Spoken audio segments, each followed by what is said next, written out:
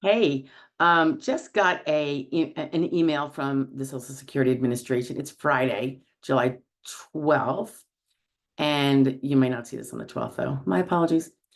Um, you know how we're always saying go to your SSA online site, might be the thing that you get in your phone. Some people do it by their phone, and you can see your Social Security annual earnings statement. You can see maybe a benefits letter if that's what you're looking for, some of the really basic information.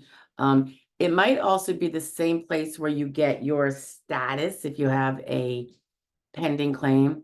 It's that status that I usually say is riddled with errors, so don't bother. But anyway, they are phasing something out with regard to that. And I'm just going to give you a little heads up on the email that came out. It says Social Security announces upcoming changes to accessing online services. And then it goes on to say, customers who created an online account before September 18th of 2021, which is probably many of you, will soon be required to transition to a Login.gov account to continue access to their online services.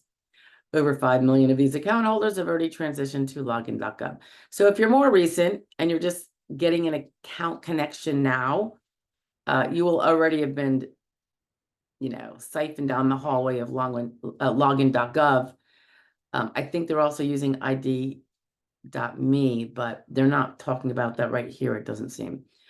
It says the agency is making the changes to simplify the sign-in experience and align with federal authentication standards while providing safe and secure access to online services. So I think I'm one of the people that are going to have to figure out how to transition over to Login.gov. I don't think it's going to be too complicated. We'll see.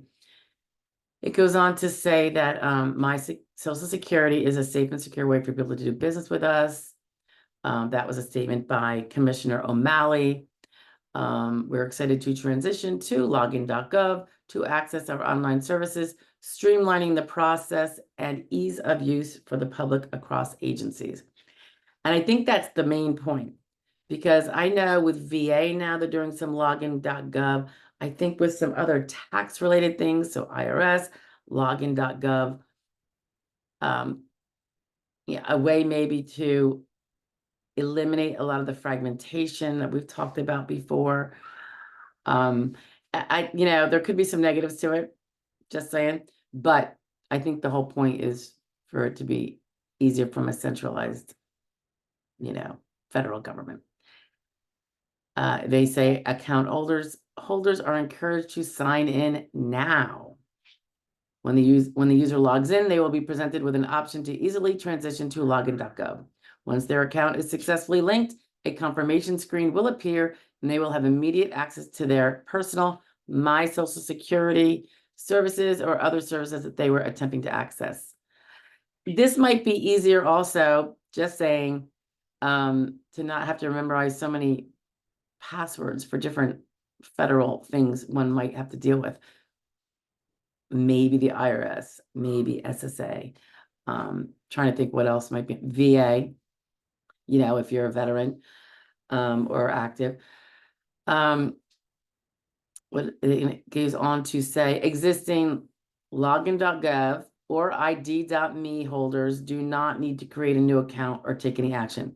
Okay, so you more recent folks are already doing this. You're already in. It's the rest of us slowpokes who perhaps had an account from years ago. They remind us that the accounts are free, secure, and provide personalized tools for everyone, whether you're receiving benefits or not. People can use their account to request a replacement Social Security card, check the status of an application. Again, just to stick it in there, a lot of that status of application is not really informative, and it can be misleading. I have a different video on that, I think. Maybe I'll attach it.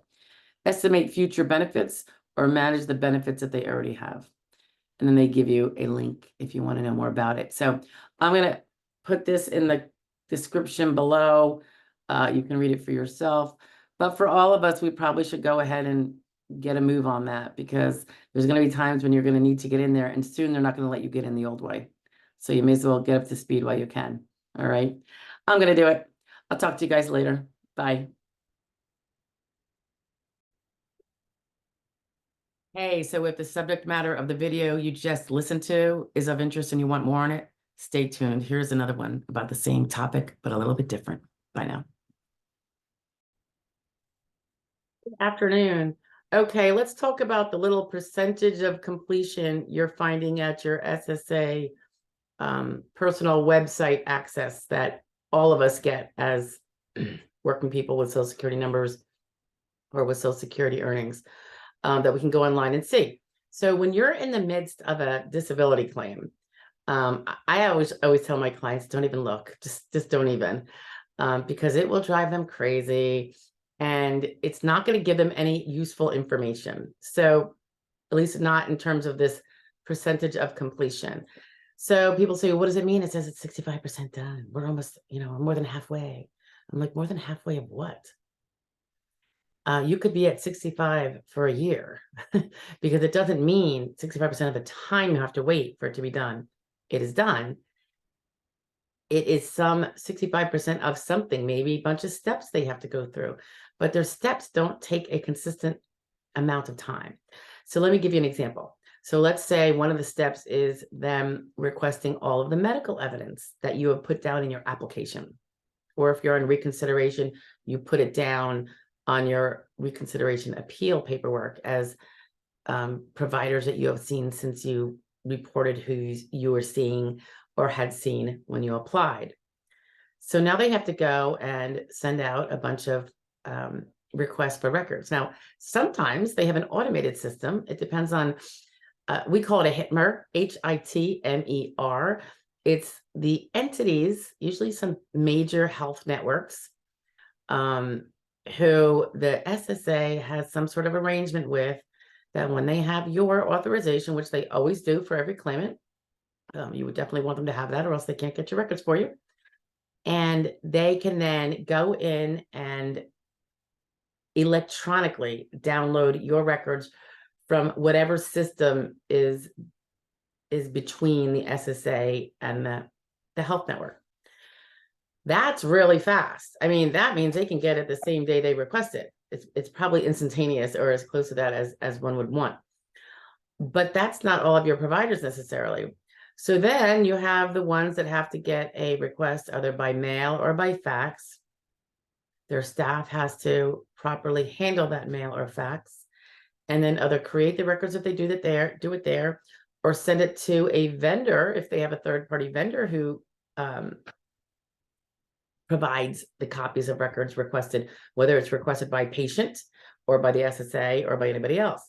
So as you can tell, the latter method, and it would mostly apply to those providers that are not in a major health network, who the SSA has this relationship with. So that can take weeks and weeks and months and months and months for one provider. If they're slow, if they don't respond as soon as they're supposed to, which is probably 30 days, the SSA, I believe, will ask for it again.